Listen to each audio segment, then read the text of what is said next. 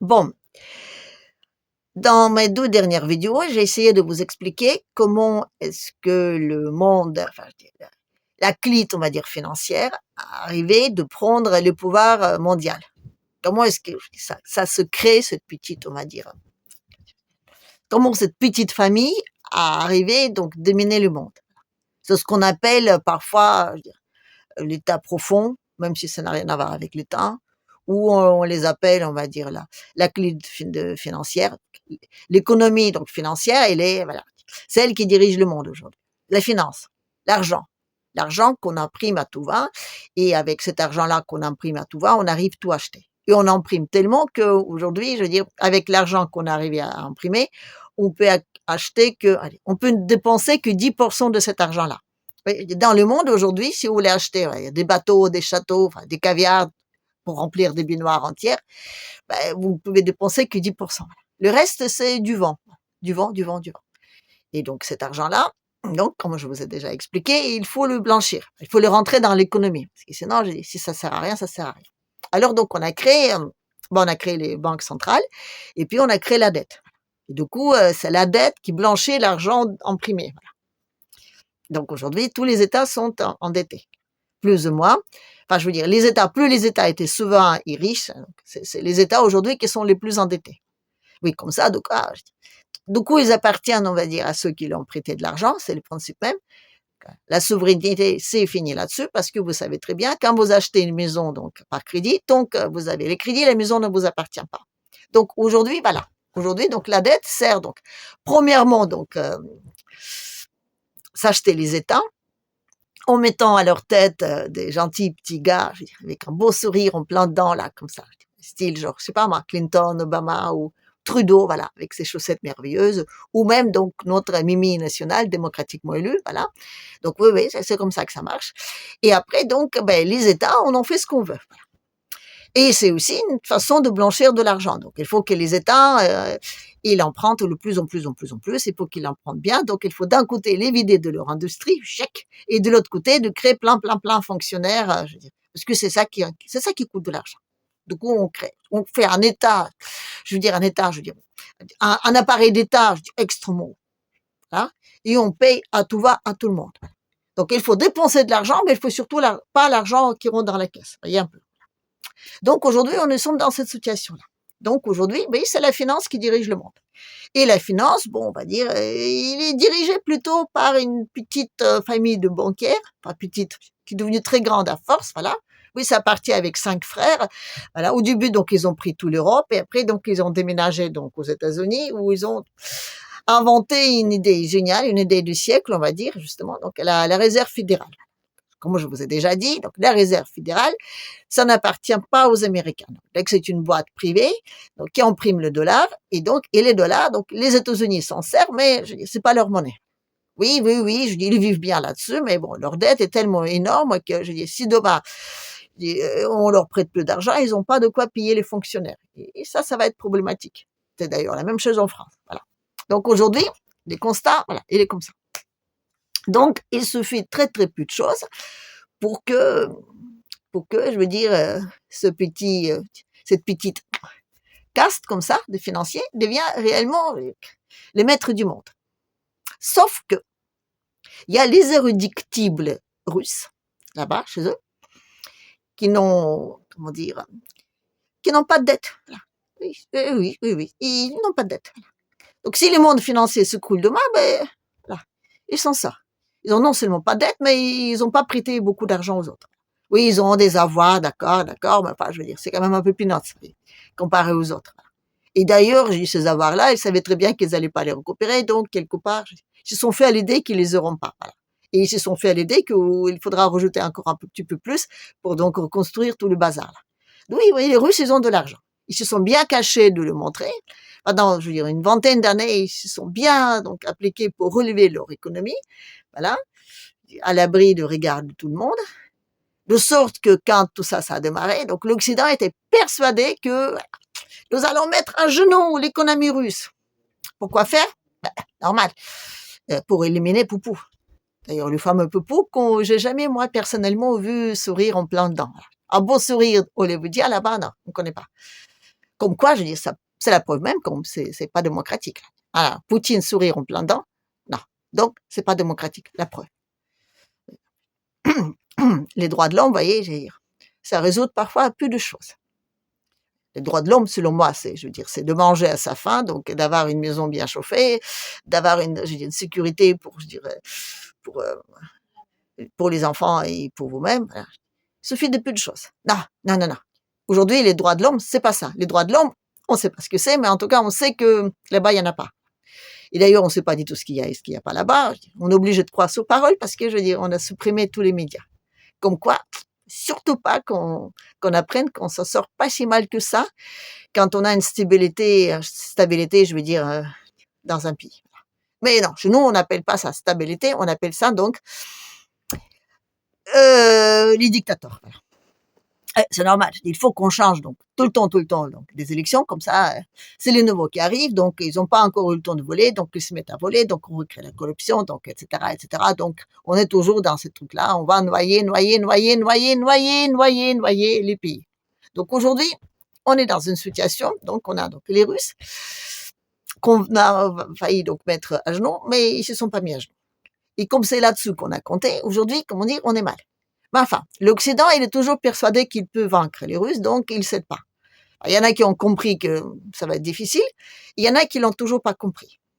Et là, comment dire, il y a deux positions qui se préparent. Il y a donc les propositions, donc les positions européennes, que eux, ils veulent toujours, enfin, continuer à tout prix, en sachant que je ne suis pas sûr que c'est eux-mêmes qui le réfléchissent. Enfin bon, si, un peu quand même, parce que bon, ils n'ont pas envie de perdre leur savoir, mais bon. C'est surtout, je veux dire, la clique, la fameuse. Donc, eux, ils ont, leur principal que j'ai, on va dire, c'est quand même la Grande-Bretagne. La petite coquine qui est toujours en train de faire des petites magouilles comme ça, voilà. Donc, c'est elle, on va dire, l'investigatrice de tous ces petits arrangements. Donc, aujourd'hui, c'est elle le principal ennemi, aussi bien de Poupou que de Trompino-Mino. Trompino-Mino, aujourd'hui, s'est dit, tiens, ici, je rends donc l'Amérique souveraine. Voilà. Ben, pour rendre l'Amérique souveraine, mon petit coco, il faut que tu te débarrasses de cette petite caste, donc, c'est-à-dire de réserve fédérale, de son principe. Oui, oui, oui. Donc, il faut se débarrasser de dollars. Voilà. Comment elle va faire, j'en sais rien. On peut dire qu'on peut utiliser donc la crypto-monnaie donc à l'intérieur du pays et à l'extérieur, ben on peut toujours utiliser ce fameux dollar, mais qui sera donc indexé à l'once d'or. C'est pour ça qu'il allait très vite vérifier ce qu'il a comme l'or. Oui, parce qu'il faut quand même se voir ce qu'il y a réellement, je veux dire, comme argent. Hein. Le pays, il pèse le point d'or qu'il possède. Et ça, on ne sait pas. Voilà. Mais quoi qu'il en soit, je veux dire, qu'il possède ou il ne possède pas, il a besoin d'énormément d'investissement. Voilà. Oui, s'il veut relever son pays aujourd'hui, on se débarrasse de dollars, il a besoin d'argent. Et c'est là-dessus qu'il y a tous les négos aujourd'hui. C'est pour ça qu'il est parti donc je veux dire, à Riyad. Voilà. Et c'est là-bas qu'il y a l'argent.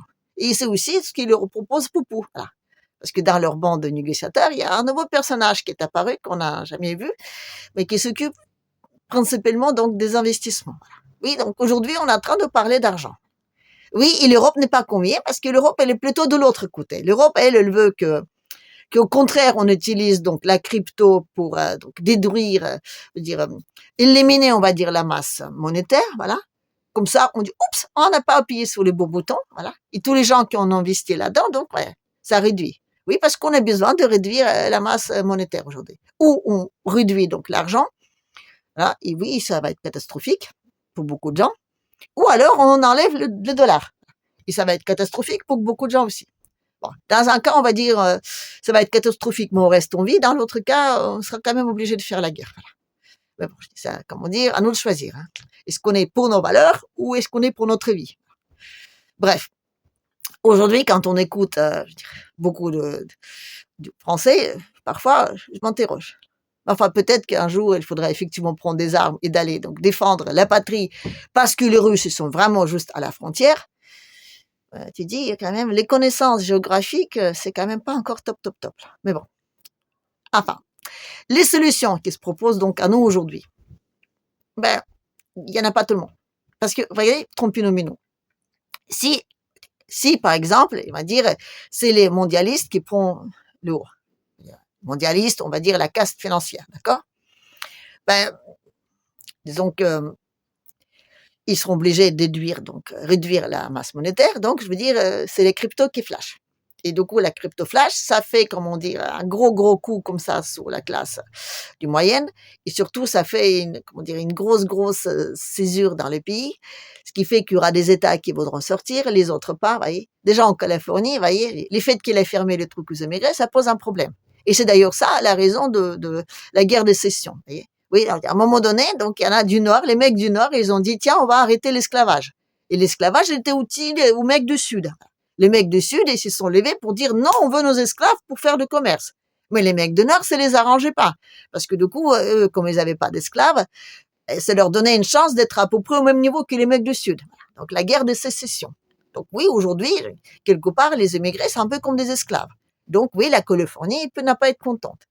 Mais bon, si je veux dire, aujourd'hui, on arrive à, comment dire, à réguler tout ça, avec des investissements justement qui vont arriver dans les pays, les Russes y compris, peut-être qu'ils vont s'en sortir. Mais s'ils s'en sortent pas, oui, les États-Unis disparaîtront. Et je vous rappelle que la clique financière dont je parle, la famille, donc notre mamie, Mimi, premier, comment dire, démocratiquement élu, en fait sur mon parti, ben, ils s'en foutent. Eux, ils s'en foutent les États qui éclatent. Non, au contraire, ça les arrange. Mais plus il y a plein de petits États, plus le monde est facile à gouverner. D'ailleurs, ça, le projet, c'est pour la Russie. La Russie, on voulait là, donc découper en plein de petits États parce que c'est plus simple. C'est toujours ça. Dès que vous avez un État très très riche, il faut les découper. Oui, d'ailleurs, ils ont proposé ça donc à République démocratique du Congo. Je ne sais pas s'ils ont suffisamment malin pour comprendre que c'est pas la solution, mais on ne sait jamais. Oui, l'Union européenne, au contraire, ils les ont tous réunis. Mais là, ils les ont tous réunis pour, comment dire, pour mettre un pouvoir au-dessus qui décide pour les autres.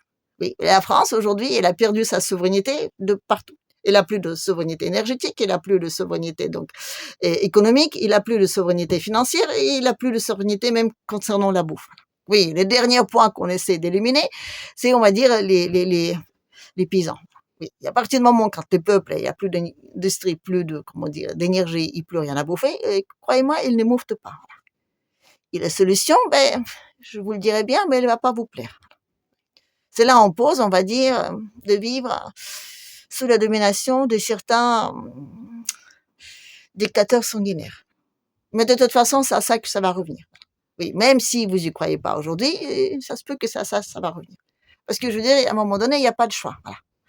Donc oui, aujourd'hui, ben, le monde, il va complètement changer, dans un sens ou dans un autre. Voilà. Oui, peut-être que nous, tous, les Français, comme nous sommes très forts, tous pour nos valeurs, on sera peut-être prêts à aller mourir pour ça.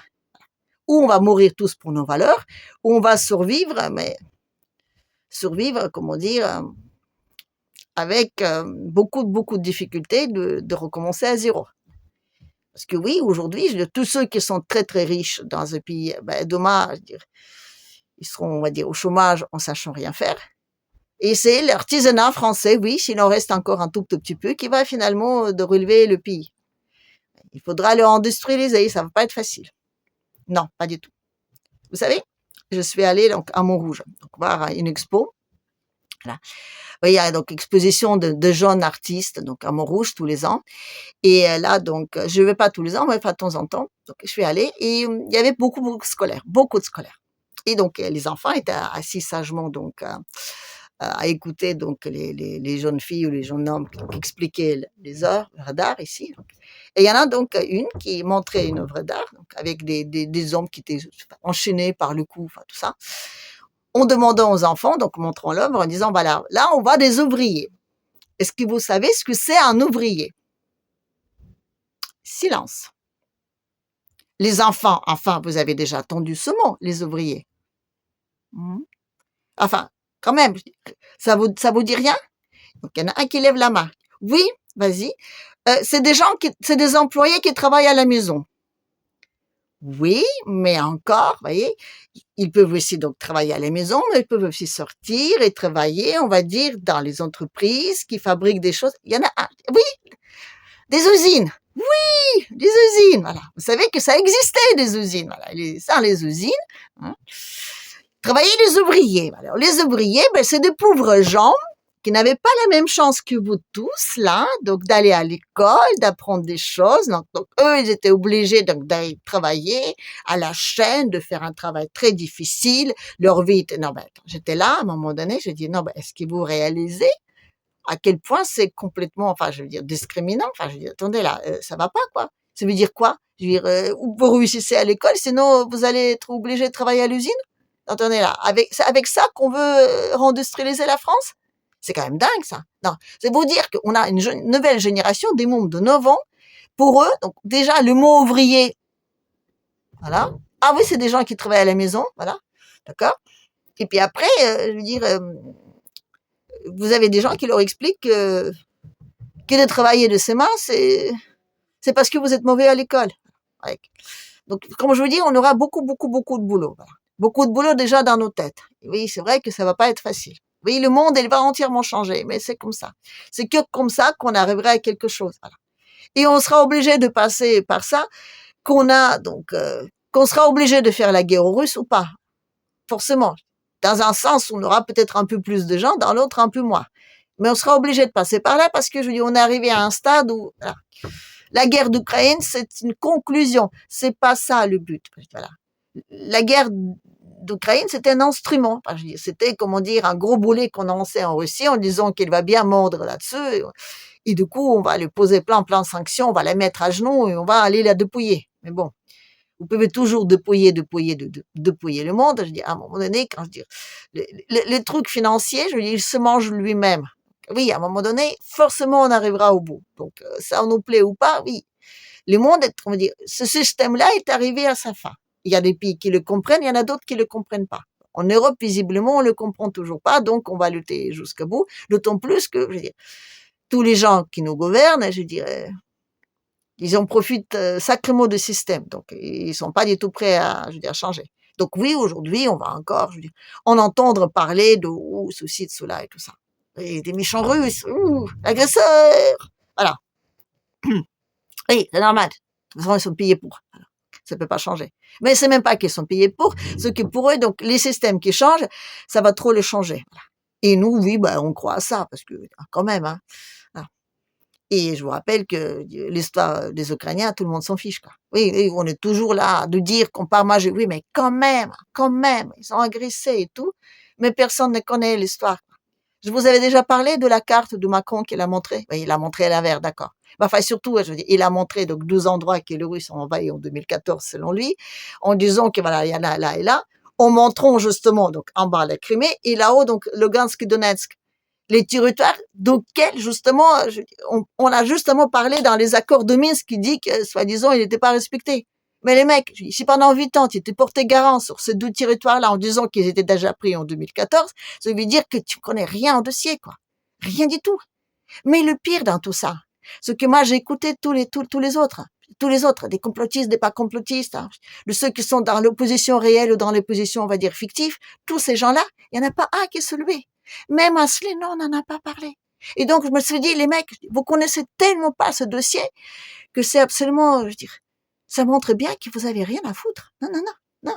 On n'a rien à foutre de l'Ukraine. C'est juste un moyen de nous, comment dire, manipuler tous et de nous faire croire que c'est juste les systèmes dans lesquels on est tous là, qui donc et de quels il faut vraiment qu'on s'en sorte. C'est juste que ce système-là, il est formidable. Parce que comme disent beaucoup de gens, je dis oui, Macron, il est peut-être pas parfait, mais enfin, c'est toujours mieux que chez Poutine. Mais on n'en sait rien. On n'en sait rien. On n'en sait rien. Et tout est fait pour qu'on sait rien. Et tout est fait pour nous faire peur, pour réaliser ça. Voilà. Tout est fait pour nous faire peur, pour expliquer que c'est que comme ça que ça peut fonctionner. Mais on est arrivé au bout. Oui, on est arrivé au bout et oui, quand on arrive au bout, ben les choses, je dis, meurent. Qu'on les tue ou qu'on le tue pas, ils meurent. Voilà. Et le dollar, oui, il est arrivé au bout. Il peut plus fonctionner. Même si on arrive à les faire survivre pendant quelque temps, il va se bouffer lui-même. Voilà. Et l'euro aussi. L'euro, c'est juste une machine à blanchir du pognon. Puis le dollar. Donc, s'il n'y a plus de dollars, il n'y a plus rien à blanchir. Voilà. Donc, aujourd'hui, on a, comment dire, on a ces deux pommes pourries entre lesquelles il faut choisir. Et il y en a une qui possède un verre, l'autre pas. Ils sont toutes les deux pourries. Bon, de toute façon, je n'en ai pas de troisième solution, en tout cas en Europe. On ne s'est pas du tout préparé à ça. Pour les individus, oui, il y a une solution, mais bon. Je vais pas tout vous dévoiler maintenant comme ça. Déjà, je vous explique un peu, encore une fois où nous en sommes et puis, je vais parler donc de solutions que l'autre propose, voilà. Je parle de Poupou, dictateur sanguinaire, voilà. Allez, je vous dis à la prochaine.